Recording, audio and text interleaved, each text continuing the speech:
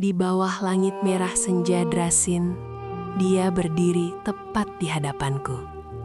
Senyumnya hangat, seolah dunia ini aman dalam pelukannya.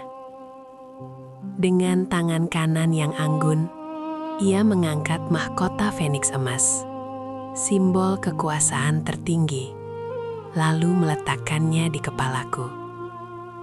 "Kau layak berada di sisiku," bisiknya, "sebagai permaisuri agung." Sorak istana menggema. Aku tersenyum, mataku berkaca-kaca oleh haru.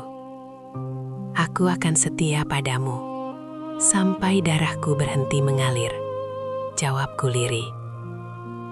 Namun aku tak melihat tangan kirinya, tersembunyi di balik jubah kekaisaran. Sebuah gulungan hitam terikat segel naga, surat kematian.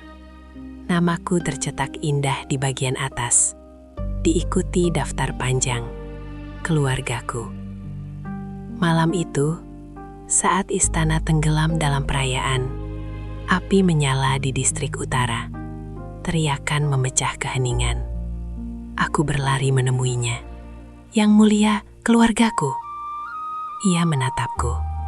Mata yang sama penuh cinta, kini sedingin baja.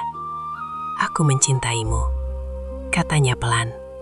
"Karena itulah, aku harus memutus semua ikatanmu dengan dunia lama."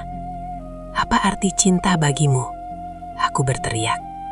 Ia mendekat, menyentuh mahkotaku. "Cinta adalah kepemilikan, dan pengkhianatan adalah harganya." Dalam kisah kolosal Tiongkok, sosok raja yang kejam selalu hadir sebagai pusat badai. Ia duduk di atas singgasana naga, jubah hitam keemasannya menjuntai seperti bayangan maut. Wajahnya tampan, nyaris sempurna, namun matanya dingin, mata seorang pemburu. "Kau takut padaku?" tanyanya suatu malam, menyesap arak sambil menatap selir yang berlutut gemetar. Aku mencintai Yang Mulia," jawab wanita itu lirih. Ia tertawa pelan. "Cinta?" Ia bangkit, mendekat, lalu mencubit dagu wanita itu. Cinta adalah kelemahan yang tidak mampu dimiliki seorang raja. Di luar istana, kepala para pengkhianat dipancang sebagai peringatan. Ia menandatangani hukuman mati seolah menulis puisi. Tak ada ragu, tak ada penyesalan. "Jika aku tidak kejam," katanya pada penasehat setianya, "tahta ini sudah lama ternoda darahku sendiri." "Tapi Yang Mulia kehilangan hati nurani," sang penasehat berani berkata. Raja itu terdiam sesaat, lalu tersenyum tipis. Hati nurani tidak pernah melindungi seorang kaisar. Dan di balik kekuasaan mutlaknya, ia tahu satu kebenaran pahit. Semakin tinggi tahtanya, semakin sunyi dunia yang ia pijak. Namun bagi seorang tiran, kesepian hanyalah harga kecil untuk kekuasaan abadi. Kaisar Liwei, seorang penguasa yang lahir bukan dari cahaya, melainkan dari bayang-bayang istana. Sejak kecil, ia menyaksikan selir diracun, pangeran dijatuhkan, dan janji setia berubah menjadi surat kematian. Di dunia Liwei, kepercayaan adalah undangan menuju kuburan. "Ayahku mati karena percaya pada saudaranya," ucap Liwei suatu malam kepada gurunya. Suaranya datar. "Dan ibuku? Karena mencintai orang yang salah." Intrik membentuknya menjadi baja, senyum dipelajari, emosi dikunci rapat. Saat ia naik tahta, istana menjadi papan catur, setiap orang bidak, setiap hubungan alat. Ketika pernikahan politik diumumkan, calon permaisuri bertanya dengan suara bergetar, "Apakah Yang Mulia mencintaiku?" Liwei menatapnya lama, lalu menjawab jujur, "Cinta adalah celah, dan aku tidak membiarkan musuh masuk melalui celah itu." "Lalu apa arti aku bagimu?" "Aliansi," katanya tenang, "perdamaian sementara dan kemungkinan pengkhianatan di masa depan." Namun di balik ketegasannya, ada luka yang tak pernah sembuh. Dalam kesunyian, Liwei berbisik pada bayangannya sendiri. Jika aku tak pernah belajar mencintai, maka tak ada siapapun yang bisa menggunakannya untuk membunuhku. Bagi Kaisar Li Wei, tahta adalah segalanya, dan hati nurani hanyalah kemewahan yang tak mampu ia miliki. Di sisi lain papan catur kekaisaran, berdirilah Mei Lin, putri Jenderal Feng yang setia hingga mati. Ia tumbuh dalam pelukan hangat, percaya bahwa kejujuran selalu dibalas kejujuran. Dunia baginya masih memiliki warna selain hitam dan merah darah. Saat pertama kali menatap Li Wei di aula istana, ia tidak melihat tiran. Ia melihat kesepian. Yang mulia tampak sendiri, katanya polos. Tanpa sadar banyak pasang mata menahan napas. Li Wei menoleh. Kesepian adalah kemewahan bagi orang lemah. Mei Lin tersenyum. Keyakinannya sederhana. Atau mungkin tanda bahwa yang mulia belum pernah dicintai dengan tulus. Para pelayan gemetar. Li Wei terdiam sesaat, lalu tertawa kecil. "Kau berani," ujarnya, "atau bodoh?" "Aku hanya ingin menyelamatkan yang mulia," jawab Mei Lin jujur. Di kamarnya malam itu, Mei Lin berbisik pada bulan. "Aku yakin, hatinya tidak sepenuhnya gelap." Namun ia tak tahu, setiap langkahnya telah dihitung. Senyumnya dicatat, kata-katanya ditimbang. Di mata Li Wei, ketulusan Mei Lin bukan cahaya, melainkan umpan. "Kau pion yang indah," gumam sang kaisar sendirian. Dan pion selalu bergerak menuju pengorbanan. Mengira cinta adalah perisai, padahal di istana ini, cinta hanyalah pisau yang paling mudah diarahkan ke jantungmu sendiri. Pernikahan akbar itu diumumkan ke seluruh penjuru kerajaan. Lentera merah memenuhi jalanan, genderang dipukul siang malam. Rakyat bersorak menyebutnya kisah dongeng. Putri Jenderal menikahi kaisar. Mei Lin pun percaya demikian. Ia menggenggam gaun pengantinnya sambil tersenyum gugup. "Ayah akan bangga," bisiknya. Namun di balik tembok istana, suasana berbeda. Peta militer terbentang di meja batu. Li Wei berdiri tegak, wajahnya tanpa emosi. Klan Jenderal Wang menguasai sepertiga pasukan perbatasan, lapor penasihat tua. "Terlalu besar," jawab Li Wei singkat. "Jika mereka memberontak, mereka tidak akan sempat," potong sang kaisar. "Kita potong akarnya." "Dengan pernikahan?" "Dengan kepercayaan palsu," katanya dingin. Saat semua mata tertuju pada pesta, pasukan elit bergerak. Di sisi lain istana, Mei Lin menemui Li Wei. "Yang mulia, apakah pernikahan ini juga membahagiakanmu?" tanyanya lembut. Li Wei menatapnya lama, lalu tersenyum tipis. "Tentu, ini akan membawa kedamaian." Mei Lin tak tahu, kata kedamaian baginya berarti pemusnahan total. Malam pernikahan yang dijanjikan sebagai awal bahagia, bagi Li Wei hanyalah jam 0 sebuah operasi militer. Di dunia tiran, sekutu terkuat hari ini selalu dianggap pemberontak paling berbahaya esok hari. Dan cinta, sekadar kamuflase yang sempurna. Hari itu pun tiba. Mei Lin didandani sejak fajar, duduk diam seperti boneka porselen paling berharga di kekaisaran. Lapisan demi lapisan sutra merah membalut tubuhnya, disulam benang emas berbentuk burung feniks. Setiap helai melambangkan kebahagiaan, keberuntungan, dan kehidupan baru. Ironisnya, warna merah yang sama sebentar lagi akan menggenangi lantai rumah masa kecilnya. "Kau tampak seperti permaisuri dari legenda," ujar dayangnya, sambil menyematkan hiasan rambut terakhir. Mei Lin tersenyum, menatap bayangannya di cermin perunggu. "Apakah aku terlihat pantas berdiri di sisinya?" "Sangat pantas, Nona." Ia menghela napas pelan. Dalam benaknya, Li Wei bukan tiran, melainkan pria kesepian yang akhirnya menemukan seseorang untuk berbagi dunia. Aku akan membuatnya bahagia, bisiknya pada pantulan dirinya sendiri. Di kejauhan, genderang pernikahan ditabuh.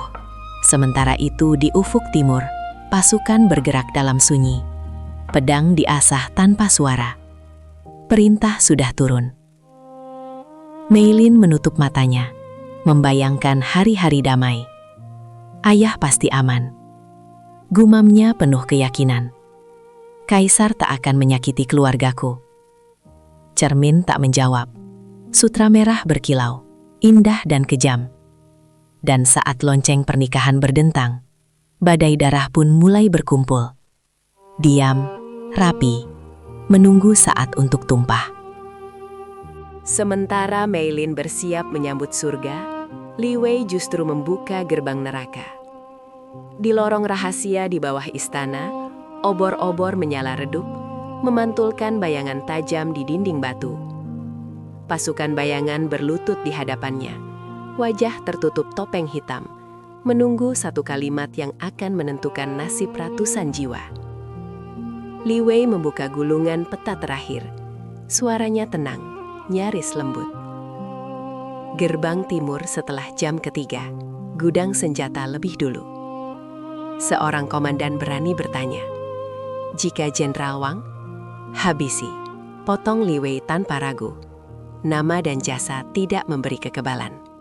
Ia lalu mengangkat cawan arak kecil, simbol pernikahan yang sebentar lagi dirayakan di aula utama. "Tunggu sampai cawan arak pernikahan diminum," katanya datar. Saat itu, semua perhatian tertuju padaku. Komandan menunduk lebih dalam. Apakah ada yang harus disisakan? Li Wei terdiam sejenak, matanya dingin, kosong dari emosi manusia. "Tidak," jawabnya akhirnya. "Jangan sisakan siapapun, bahkan anjing penjaga sekalipun." Perintah itu menggema seperti vonis ilahi. Tak ada yang membantah. Di dunia mereka, keraguan adalah dosa. Saat pasukan menghilang ke dalam gelap, Li Wei berdiri sendiri. Ia menutup mata sesaat, lalu berbisik pada dirinya sendiri. "Maafkan aku, atau bencilah aku. Tahta ini harus aman." Di atas, genderang pernikahan terus ditabuh. Di bawah, kematian telah resmi dijadwalkan. Aula istana telah berubah menjadi lautan merah dan emas. Lentera menggantung rapat di langit-langit, memantungkan cahaya gemerlap pada pilar-pilar naga. Kemewahan itu begitu menyilaukan, seolah sengaja diciptakan untuk menenggelamkan firasat buruk dan menutupi bau amis darah yang sebentar lagi akan lahir. Orkestra tradisional menggema, seruling dan kecapi bersahutan, meninabobokan hati nurani siapapun yang mengetahui rencana busuk di balik pesta ini. Para bangsawan tersenyum, bertepuk tangan, memuji kebesaran cinta kekaisaran. Di ujung karpet merah, Li Wei berdiri tegak. Jubah pengantinnya sempurna, mahkota naga bertengger anggun. Ia tampak seperti suami idaman, sosok yang diimpikan setiap wanita. "Yang mulia tampak bahagia," bisik seorang menteri. Li Wei tersenyum tipis. "Hari ini adalah hari yang baik bagi kekaisaran." "Dan bagi cinta?" tanya menteri itu ragu. Li Wei menoleh, matanya tajam namun tenang. "Terutama bagi stabilitas." Saat pintu aula terbuka, Mei Lin melangkah masuk. Sorak membahana. Li Wei menatapnya, indah, polos, dan sepenuhnya tak berdaya. Dalam hatinya, ia berucap dingin, "Maafkan aku." Di bibirnya, senyum sempurna terukir. Musik mengeras, menelan suara kebenaran. Dan di balik kemegahan yang membius, jam kematian terus berdetak. Menunggu satu cawan arak untuk mengubah dongeng menjadi tragedi. Setiap langkah Mei Lin di atas karpet merah terasa ringan namun syarat makna. Sutra gaunnya menyapu lantai istana. Gemerisiknya seirama dengan detak jantungnya yang berdebar oleh cinta dan harapan. Ia menunduk anggun, senyum kecil terpatri. Tak tahu bahwa setiap langkah itu mendekatkannya pada runtuhnya seluruh dunianya. Sedikit lagi, pikirnya, aku akan berdiri di sisinya. Tenanglah, bisik Dayang di belakangnya. Yang mulia menunggumu. Mei Lin mengangguk. Aku tahu, aku mempercayainya. Di ujung sana, Li Wei berdiri tegak. Senyumnya sempurna, tatapannya hangat, topeng yang dipoles tanpa celah. Mei Lin menatapnya, dan hatinya menghangat. Yang mulia, ucapnya lirih saat jarak mereka kian dekat. Mei Lin, jawab Li Wei lembut, kau tampak menakjubkan. Pujian itu membuat pipinya merona. Ia tak melihat kilat dingin di balik mata sang kaisar, tak mendengar gema perintah yang telah melesat jauh dari aula ini. Penonton ingin berteriak, lari Mei Lin, lari sejauh mungkin. Namun di Dracin, takdir tak pernah memberi ruang untuk berbalik. Saat tangannya hampir tergenggam, jam kematian berdentang sunyi. Dan di momen itulah, cinta dan kehancuran berjalan berdampingan, menuju satu titik tanpa jalan pulang. Saat tangan mereka bersentuhan, ilusi kesempurnaan pun tercipta. Aula bergemuruh oleh sorak dan musik, seolah dunia berhenti pada momen itu. Li Wei tersenyum, senyuman yang telah ia latih ribuan kali di hadapan musuh dan sekutu. Senyuman yang menjanjikan segalanya tanpa pernah memberi apapun. Tenang, bisiknya lembut. Jari-jarinya menutup tangan Mei Lin. Mulai hari ini, kau aman. Bagi Mei Lin, sentuhan itu hangat, menenangkan. Degup jantungnya melambat.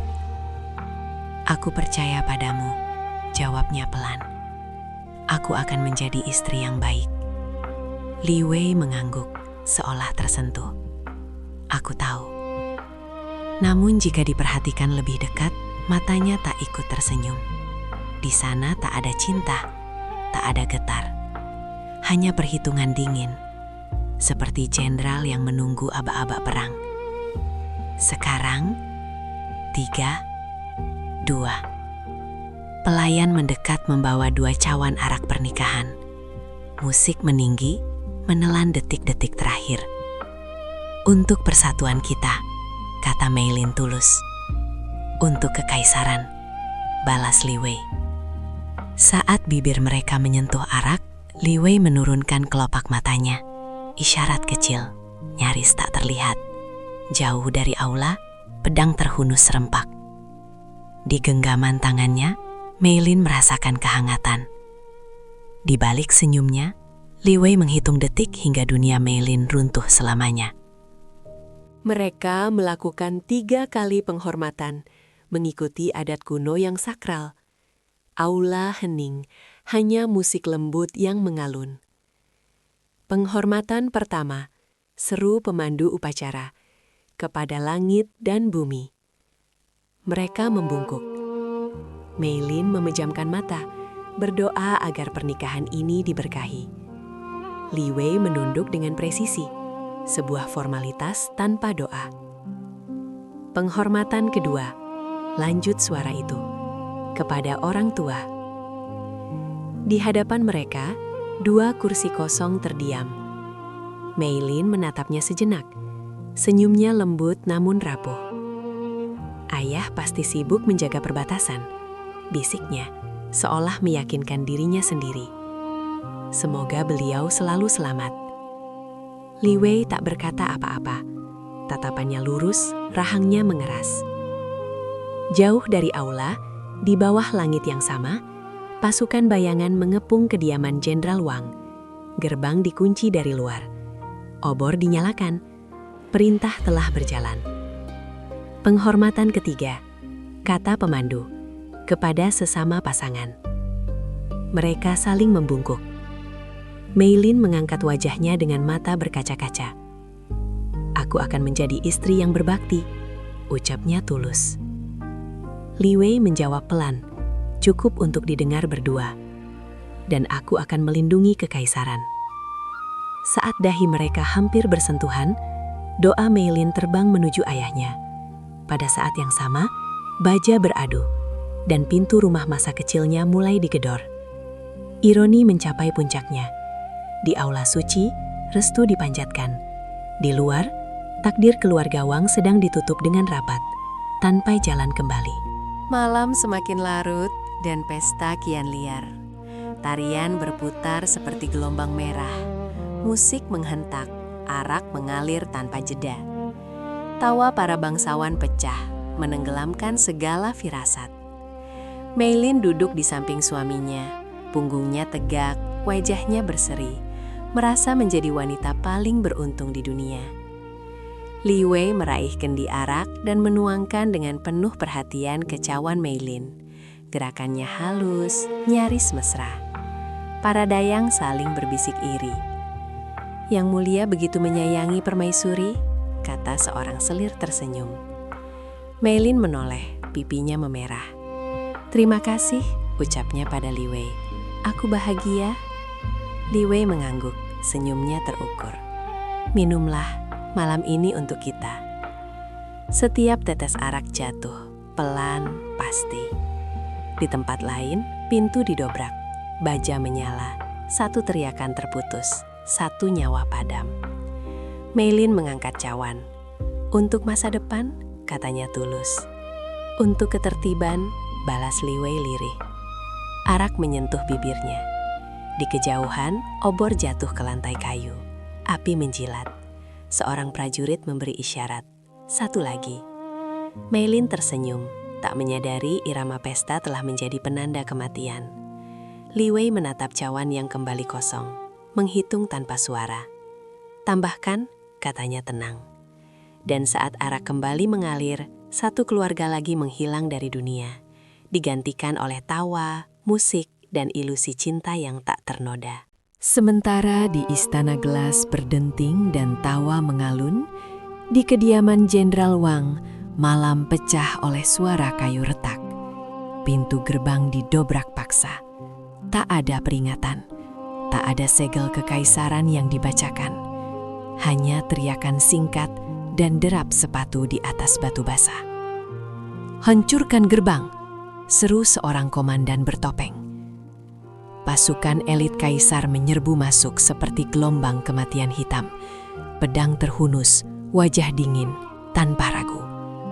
Hujan turun deras, mencampur darah dengan lumpur, seolah langit menangis. Berusaha namun gagal, membasuh dosa yang diperintahkan oleh menantu mereka sendiri. "Siapa kalian?" teriak seorang pengawal rumah. Jawabannya hanya kilatan baja. Di dalam, Jenderal Wang terbangun oleh suara ribut. Ia meraih pedangnya, napas berat. "Ini bukan perampok," gumamnya. "Ini pasukan istana." Istrinya menggenggam lengannya. "Ayah dari Meilin, kenapa?" "Lindungi anak-anak," teriak sang jenderal. Namun lorong sudah dipenuhi bayangan. Api obor menyala, memantulkan wajah-wajah tanpa nama. "Atas perintah kaisar," ucap komandan datar, "klan Wang dihapuskan." Jenderal Wang tertawa pahit di tengah hujan. "Jadi ini hadiah pernikahan?" Pedang beradu, darah tumpah. Hujan semakin deras, menenggelamkan jeritan yang tak pernah sampai ke aula istana, tempat putri mereka tersenyum, tak tahu bahwa rumahnya sedang dihapus dari dunia. Di aula istana, Meilin tertawa renyah, menutup mulutnya dengan lengan baju sutra. "Yang mulia terlalu berlebihan," katanya sambil tersenyum. "Bagaimana mungkin kisah itu benar?" Li Wei ikut tertawa pelan. Di istana, yang mustahil seringkali hanya soal waktu. Potongan bergeser. Di kediaman Jenderal Wang, hujan bercampur darah. Ibunya Meilin tersandung, menoleh putus asa. "Jangan, aku mohon," katanya terisak. Jawabannya adalah kilat baja. Jeritannya terputus, ditelan hujan. Kembali ke aula, gelas berdenting. "Kau bahagia?" tanya Li Wei lembut. "Ya," jawab Meilin tanpa ragu. "Aku merasa dunia akhirnya berpihak padaku." Potongan lain. Jenderal Wang berlutut, napas tersengal. "Lindungi Meilin," bisiknya pada prajurit yang tak dikenal. Pedang terayun. Di aula, Meilin menyandarkan kepala sejenak. Terima kasih telah membuatku tertawa malam ini. Li Wei menatapnya, senyumnya utuh. Tugasku membuatmu merasa aman. 2 adegan berakhir serempak. Tawa dan jeritan berhenti pada detik yang sama. Dipisahkan oleh tembok istana, disatukan oleh kebohongan seorang pria. Di Dracin, kebahagiaan tertinggi dan penderitaan terdalam memang selalu bertemu tepat di tengah. Seorang kasim kepercayaan mendekat dengan langkah nyaris tak terdengar. Ia membungkuk rendah, bibirnya hampir menyentuh telinga kaisar. Sudah selesai, bisiknya. 2 kata yang lebih berat dari ribuan pedang. Li Wei tidak terkejut. Ia hanya mengangguk pelan, seolah menerima laporan cuaca. Tangannya meraih puring perak, mengambil sepotong kue bulan, lalu menggigitnya perlahan. Serpihan wijen jatuh ke meja.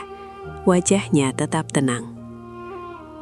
"Apakah ada perintah lanjutan, Yang Mulia?" tanya kasim itu ragu. "Bersihkan dengan rapi," jawab Li Wei sambil mengunyah. "Jangan tinggalkan cerita." Di sampingnya, Meilin menoleh dengan senyum lembut. "Kue itu enak?" "Manis," jawab Li Wei. "Seimbang." Ia meneguk teh, tak ada getaran tangan, tak ada napas yang tersendat. Di dalam dirinya, tidak ada ruang untuk penyesalan, hanya keteraturan yang dingin. Seorang menteri memperhatikan dari jauh, bergigit. "Bagaimana mungkin?" gumamnya. Li Wei menaruh sisa kue, menyeka jari dengan sapu tangan sutra. "Pesta berlanjut," katanya tenang. Meilin tertawa kecil, tak menyadari apa yang baru saja diselesaikan. Di balik senyum sang kaisar, sebuah garis keturunan telah dihapus dari dunia, dan hidangan penutup menjadi saksi betapa kejamnya ketenangan itu. Malam pengantin tiba, namun keheningan di kamar itu terasa dingin dan asing. Lentera merah menyala temaram, tirai sutra bergoyang perlahan. Seharusnya ini momen penyatuan cinta, tetapi udara membeku oleh sesuatu yang tak terucap. Meilin duduk di tepi ranjang, jemarinya saling bertaut.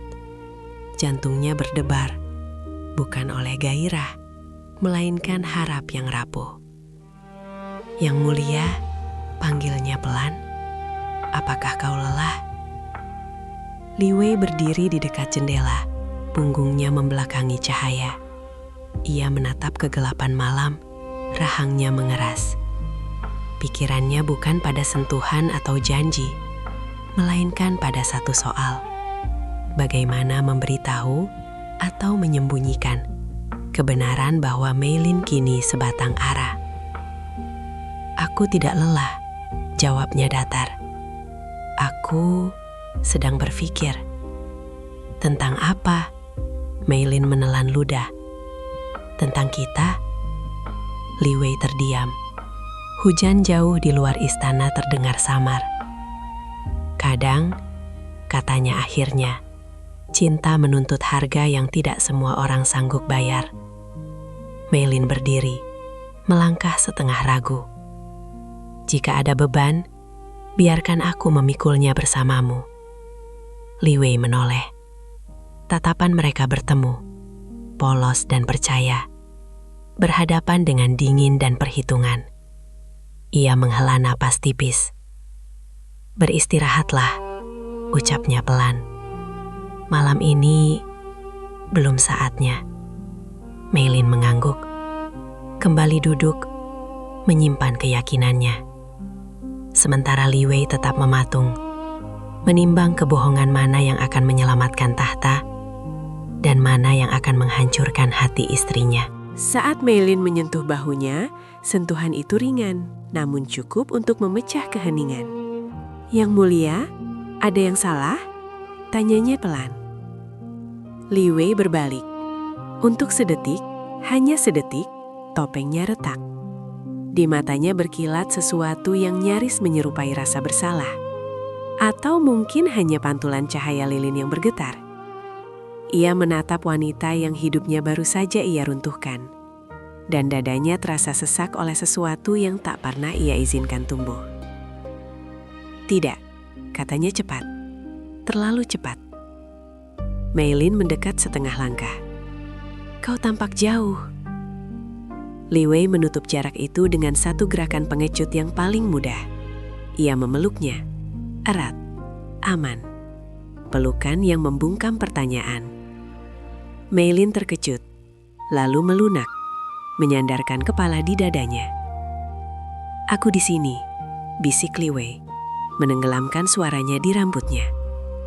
Tak ada yang akan menyakitimu. Benarkah? Meilin berbisik. Lega. Aku merasa tenang bersamamu.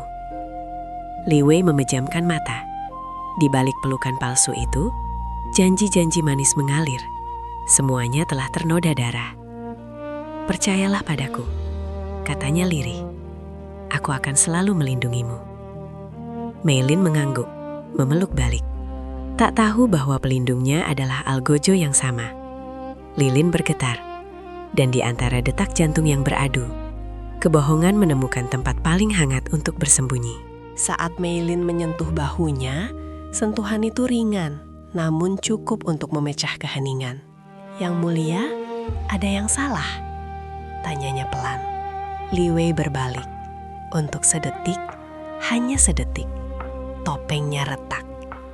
Di matanya berkilat sesuatu yang nyaris menyerupai rasa bersalah. Atau mungkin hanya pantulan cahaya lilin yang bergetar. Ia menatap wanita yang hidupnya baru saja ia runtuhkan. Dan dadanya terasa sesak oleh sesuatu yang tak pernah ia izinkan tumbuh. Nama-nama melintas di benaknya, terhapus rapi seperti tinta yang disiram hujan. Tidak, katanya cepat, terlalu cepat. Meilin mendekat setengah langkah. Kau tampak jauh. Li Wei menutup jarak itu dengan satu gerakan pengecut yang paling mudah. Ia memeluknya. Erat. Aman. Pelukan yang membungkam pertanyaan. Meilin terkejut, lalu melunak, menyandarkan kepala di dadanya, mendengar detak jantung yang terdengar stabil. Terlalu stabil. Aku di sini, bisik Li Wei, menenggelamkan suaranya di rambutnya. Tak ada yang akan menyakitimu. Benarkah? Meilin berbisik. Lega. Aku merasa tenang bersamamu. Li Wei memejamkan mata. Di balik pelukan palsu itu, janji-janji manis mengalir. Semuanya telah ternoda darah. Ia memilih kata-kata yang aman, yang tak membuka lubang. Percayalah padaku, katanya lirih. Aku akan selalu melindungimu. Meilin mengangguk, memeluk balik, menyerahkan seluruh kepercayaannya. Lilin bergetar. Bayangan mereka menyatu di dinding, dan di antara detak jantung yang beradu, kebohongan menemukan tempat paling hangat untuk bersembunyi, tepat di pelukan yang disebut cinta. Dia berlari tanpa peduli tata krama. Rambutnya terurai, napasnya terengah. Para pengawal terkejut saat ia menerobos barisan mereka dan mendobrak pintu ruang kerja kaisar. Daun pintu menghantam dinding. Li Wei mendongak perlahan. "Jawab aku!" teriak Meilin, air mata mengalir. Ia memukul dada bidang itu dengan kepalan kecilnya. "Kenapa pasukan kekaisaran tidak melindungi keluargaku? Di mana ayahku?" Li Wei menangkap kedua tangannya dengan mudah. Cengkramannya kuat namun tampak lembut. Cukup untuk menghentikan, cukup untuk menguasai. "Tenang," katanya rendah. "Kau tidak berpikir jernih. Lepaskan aku." Meilin terisak. "Ini salahmu." Li Wei menghela napas, seolah menanggung beban dunia. "Bukan aku." Ia menatapnya penuh iba. "Musuh politik ayahmu bergerak lebih cepat. Mereka ingin menjatuhkanku dan menggunakan keluargamu." Meilin tertegun. "Musuh? Ayah?" "Ya," jawab Li Wei mantap. "Aku sudah mencoba mengirim bantuan, tapi mereka disergap. Kau tahu betapa kejamnya dunia ini." "Tapi," suaranya goyah, Li Wei merengkuh wajahnya, memaksa tatapan bertemu. Dengarkan aku. Sekarang kau sendirian, dan hanya aku yang bisa melindungimu. Mei Lin gemetar. Jadi, kau tidak meninggalkanku? Tidak pernah, bisiknya. Jika kau pergi dariku, mereka akan menyelesaikan apa yang mereka mulai. Kepalan Mei Lin mengendur. Kebingungan mengalahkan amarah. Li Wei menariknya ke pelukan. Sebuah penjara yang terasa seperti perlindungan. Percayalah, katanya lembut. Aku satu-satunya kebenaran yang kau miliki. Dan di ruang kerja itu, kebohongan berdiri tegak. Bermahkota belas kasihan. Hari berganti bulan. Istana yang dulu tampak megah, kini menjelma sangkar emas. Mei Lin tak lagi melangkah melewati gerbang dalam. Setiap permintaan selalu dijawab dengan senyum dan satu alasan yang sama, keamanan. Yang mulia sebaiknya tetap di dalam, kata kepala dayang lembut. Dunia luar belum aman. Mei Lin mengangguk, pasrah. Sutra terbaik membalut tubuhnya, hidangan terlezat tersaji tiap pagi, perhiasan termahal berkilau di kotak kayu cendana. Namun semua itu terasa dingin, hampa. Apakah kau menyukainya? Tanya Li Wei suatu malam, menatap kalung giok di lehernya. Indah, jawab Mei Lin pelan. Seperti penjara yang cantik. Li Wei tersenyum tipis. Aku melakukan ini demi keselamatanmu. Keselamatan, ulang Mei Lin, atau ketenanganmu. Li Wei tak menjawab. Ia menepuk pundaknya singkat, gestur kepemilikan yang disamarkan sebagai kasih. Bersabarlah, waktu akan menyembuhkan. Mei Lin menatap taman dari balik jendela berjeruji halus. Burung-burung terbang bebas, sementara napasnya terasa makin pendek. Di cermin, wajahnya utuh, namun matanya mati. Istana itu sempurna, begitu sempurna hingga orang luar iri. Tak seorang pun tahu, di balik emas dan sutra, seorang wanita sekarat perlahan, bukan oleh pedang, melainkan oleh kesedihan yang dipelihara rapi. Namun, bangkai yang ditutupi seharum apapun pasti akan tercium. Pada suatu senja, didorong keberanian, atau mungkin keputusasaan, Mei Lin menyelinap melewati lorong sunyi menuju ruang rahasia kaisar. Pintu besi terbuka dengan erangan pelan. Bau tinta tua dan logam dingin menyambutnya. Di tengah ruangan, di atas altar rendah, terbaring sebuah benda yang seharusnya ikut terbakar bersama ayahnya. Stempel Komando Jenderal Wang. Retak halus di sudutnya masih sama. Tak mungkin keliru. Tidak. Nafasnya tercekat. Jarinya gemetar menyentuh permukaan dingin itu. Ini milik ayah. Langkah kaki terdengar di belakang. Kau seharusnya tidak di sini. Suara Li Wei tenang. Mei Lin berbalik, mata merah menyala. Kenapa stempel ini ada padamu? Ia mengangkatnya, tangan bergetar. Kau bilang musuh ayahku yang melakukannya. Li Wei menatap benda itu sejenak, lalu Mei Lin. Hening menegang.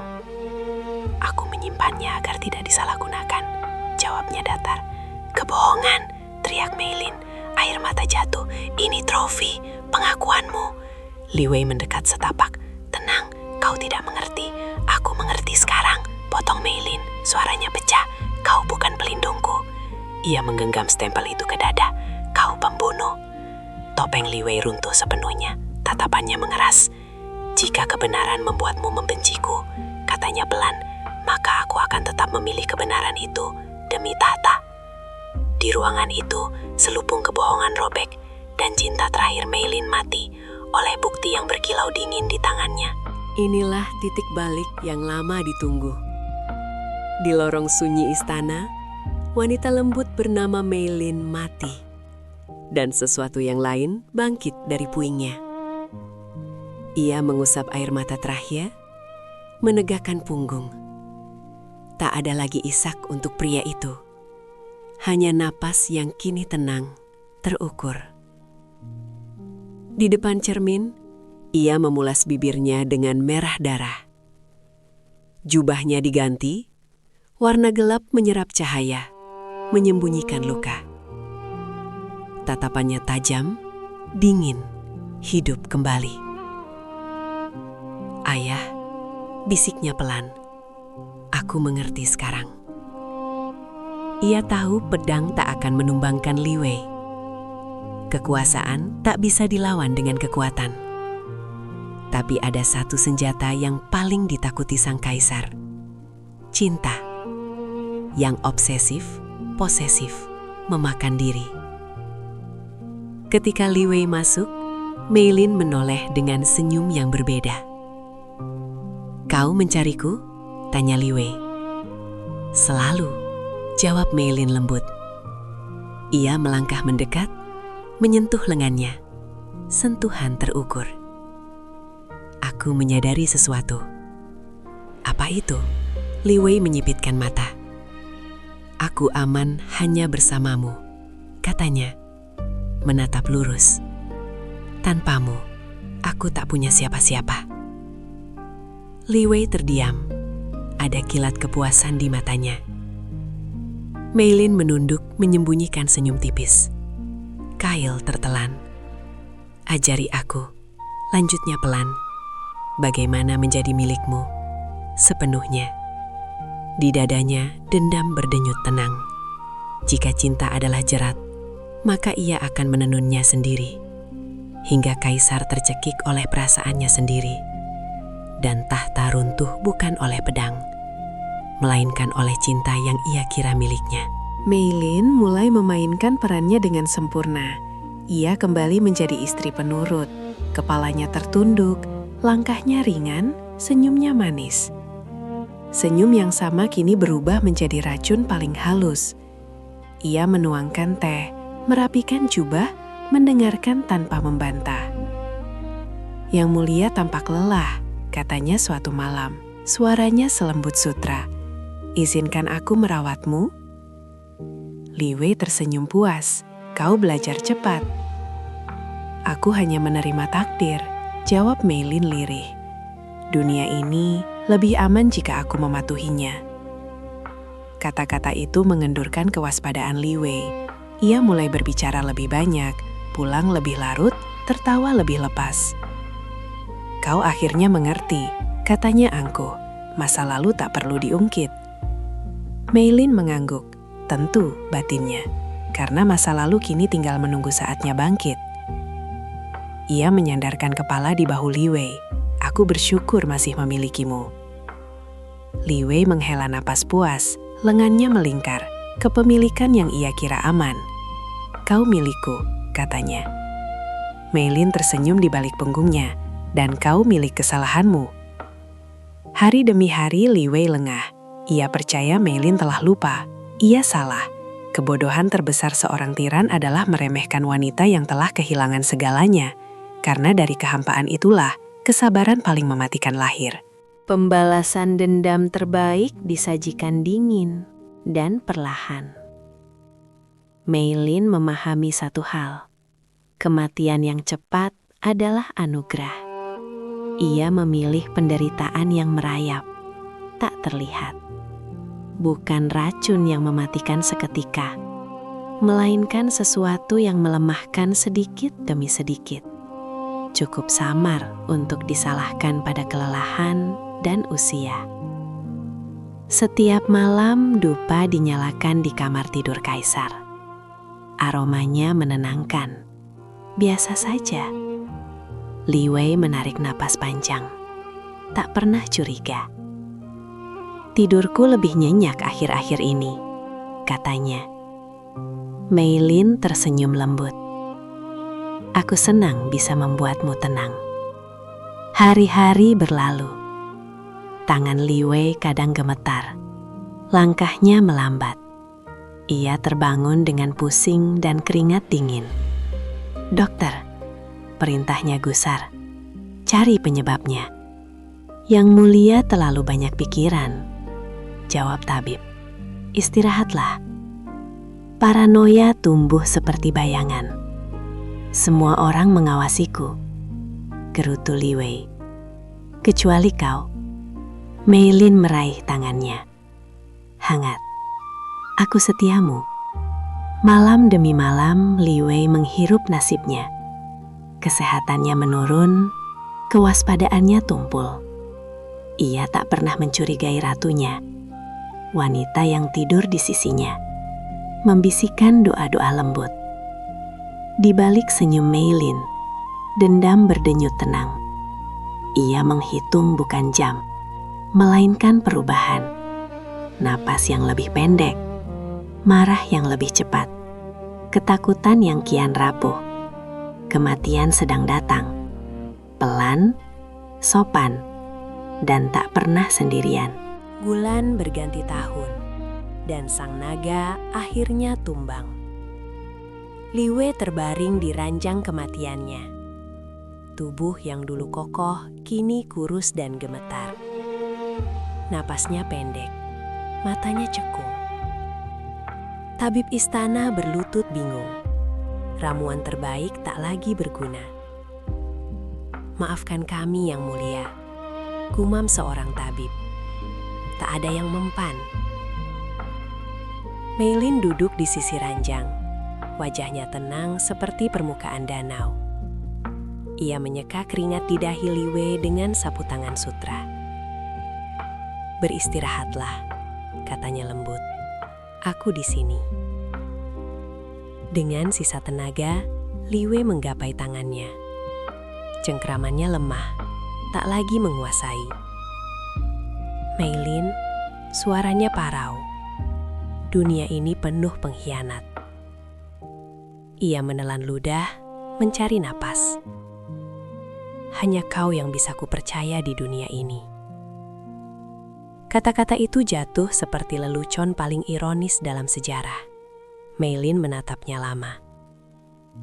Di matanya tak ada kebencian yang berteriak, hanya keheningan yang dingin. Aku tahu, jawabnya pelan. Aku selalu menjagamu. Li Wei tersenyum tipis, lega. Tetaplah di sisiku sampai akhir. Mei Lin menggenggam tangannya, merasakan denyut yang kian melemah. Di dalam dadanya tidak ada sorak kemenangan, hanya penutupan yang rapi. Tenanglah, bisiknya. Akhirmu sudah dekat. Lilin bergetar, napas Li Wei tersendat, lalu mereda. Dan di kamar itu, kepercayaan terakhir seorang tiran menjadi saksi bisu bahwa cinta, jika dipelintir, dapat menjadi racun paling setia. Mei Lin mendekatkan wajahnya, cukup dekat hingga napas mereka bersentuhan. Dari kejauhan, tampak seperti ciuman terakhir seorang istri setia. Namun yang ia berikan bukanlah kasih, melainkan kebenaran. Dengarkan aku, bisiknya lembut, suara setipis sutra. Dupa itu yang kau hirup setiap malam, aku yang menyiapkannya. Li Wei tersentak, matanya membelalak, napasnya terputus-putus. Apa? Seraknya. Aku menghitung hari, lanjut Mei Lin. Senyumnya tenang. Setiap tarikan napasmu adalah racun. Setiap sentuhanmu, aku menahannya sambil membayangkan rumahku terbakar. Tangannya menggenggam lebih erat. Kau mencintaiku, Li Wei memohon, nyaris tak bersuara. Tidak, jawab Mei Lin pelan. Aku membencimu. Sejak hari kau menjadikan cintaku sebagai umpan. Ia mendekatkan bibirnya ke telinganya. Dan dinasti Li, aku telah menenun benangnya. Sekutu-sekutumu saling curiga. Penerusmu tak dipercaya. Keruntuhannya tinggal menunggu waktu. Wajah Li Wei memucat. Air mata menggenang. Mei Lin, aku. Diam. potongnya lembut. Ini akhirnya. Bukan rasa sakit fisik yang mematahkan napas terakhir sang kaisar, melainkan pengkhianatan dari satu-satunya orang yang ingin ia miliki sepenuhnya. Matanya kosong, cengkramannya mengendur. Mei Lin menegakkan punggung. Sekarang, bisiknya pada keheningan. Kita impas. Lilin padam. Dinasti pun mulai runtuh. Tangan yang dulu menggenggam surat kematian keluarga Wang kini terkulai kaku di sisi ranjang. Kaisar Li Wei, tiran paling ditakuti di Drachin, mati dalam kesunyian, ditemani sisa napas dan penyesalan yang terlambat. Tak ada sorak, tak ada doa, hanya keheningan yang mengunci akhir hidupnya. Mei Lin berdiri di samping jasad itu. Wajahnya tenang. Air matanya telah mengering bertahun-tahun lalu. "Ini akhir yang kau pilih," katanya pelan, seolah berbicara pada bayangan. Sendirian. Seorang Kasim berlutut gemetar. "Yang mulia, apakah..." "Pergi," perintah Mei Lin singkat. Ia melangkah ke meja rendah dan mengambil stempel kekaisaran. Logamnya dingin, berat, simbol kekuasaan tertinggi. Mei Lin menggenggamnya mantap. "Apa yang akan terjadi sekarang?" Suara Kasim bergetar. Mei Lin menatap ke depan, ke jendela tempat fajar mulai menyusup. "Kebenaran," jawabnya, "dan perubahan." Ia menoleh terakhir kali pada tubuh Li Wei. "Kau takut pada cinta, karena kau tahu ia bisa menghancurkanmu," bisiknya. "Dan kau benar." Dengan stempel di tangan, Mei Lin melangkah keluar. Dari abu kebohongan dan darah, seorang janda bangkit. Bukan untuk meratapi masa lalu, melainkan untuk menulis ulang masa depan kerajaan. Dia melangkah keluar dari gerbang istana. Langkahnya tenang, namun berat, seolah setiap tapak kaki membawa darah dan kenangan. Ribuan rakyat berlutut, barisan prajurit berdiri kaku, menunggu satu kata penentu nasib kekaisaran. Di tangannya tergenggam stempel kekaisaran, simbol tertinggi kekuasaan. Kini, dia bukan lagi perempuan yang dipatahkan takdir. Dia adalah janda permaisuri, penguasa sejati di balik tahta naga. Namun wajahnya dingin, mata itu kosong. Mulai hari ini, suaranya bergema, tegas namun parau. Tidak ada lagi darah yang tumpah atas nama ambisi. Seorang menteri tua memberanikan diri bertanya lirih, "Paduka, apakah kemenangan ini membawa kelegaan bagi hati Paduka?" Dia terdiam sejenak. Tangannya bergetar, lalu mengepal. "Tidak," jawabnya pelan. "Kekuasaan ini hanya membungkam dunia, bukan lukaku." Bayangan wajah anak dan suaminya melintas di benaknya. Tawa yang tak akan pernah kembali. Malam-malam penuh doa yang tak pernah dijawab. "Aku telah membalas segalanya," bisiknya nyaris tak terdengar. "Tapi siapa yang bisa mengembalikan keluargaku?" Angin istana berhembus dingin. Rakyat bersorak memuja nama penguasa baru. Namun di tengah gemuruh itu, sang janda permaisuri berdiri sendirian. Menang, berkuasa, dan sepenuhnya hampa. Pada akhirnya, trop ini selalu mengajarkan satu kebenaran pahit. Balas dendam tidak pernah menyembuhkan luka. Mei Lin kini duduk di singgasana naga. Tahta yang dulu ditempati pria yang ia cintai. Dan yang pada akhirnya juga ia benci. Ukiran emas dan batu giok berkilau di sekelilingnya. Tapi tak satu pun mampu menghangatkan hatinya. "Apalagi yang Paduka inginkan?" tanya seorang Kasim dengan suara gemetar. Seluruh kekaisaran kini berada di bawah perintah Paduka. Mei Lin tersenyum tipis. Senyum yang tak pernah mencapai matanya. Aku sudah memiliki segalanya, jawabnya lirih. Dan justru itulah hukumanku. Ia menatap singgasana itu lama, seolah melihat bayangan masa lalu duduk di sana. Dulu aku bermimpi berada di tempat ini, bisiknya. Bukan sendirian, tapi bersamanya. Keheningan menyelimuti aula istana. Tidak ada tepuk tangan, tidak ada sorak kemenangan. Kekuasaan ini lanjutnya pelan, tidak membawa pulang orang-orang yang kucintai. Istana megah itu kini bukan lagi sangkar emas. Ia telah berubah menjadi makam raksasa yang dingin. Tempat Mei Lin akan menghabiskan sisa hidupnya menjaga hantu-hantu masa lalu.